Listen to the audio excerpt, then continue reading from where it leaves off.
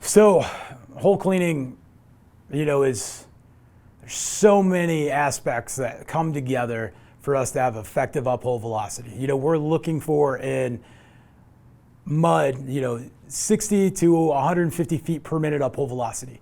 In air, we're looking at, anywhere from 3,500 feet per minute to 7,500 feet. And we look at foams and we can be from 25 CFMs to 250 CFMs. So first we look at our pump, our fluid velocity, and then we start looking at the diameter of our hole, our fluids program, if we're high solids, if we don't have the compressor we need, if we need to augment with foam. And then we look at our bottom hole assembly and see if that we can actually get the PSI at the bit face to push those cuttings up and out.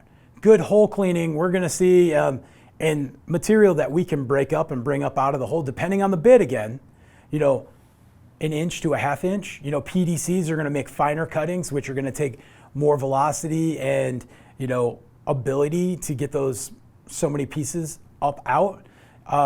It's a really hard question. I would look at your mud pump or your compressor. I'd look at how you're tooled up, what size drill rods, if it's 3.5, or if they're Mayhew Juniors or something. Do we have enough velocity or fluid we can get through that through port? There's so many aspects that impact that. It's a great question to research through talking with your fluids engineers and your manufacturers, but really it comes back to pumping action and the size of the tooling I have to go downhole and come back up.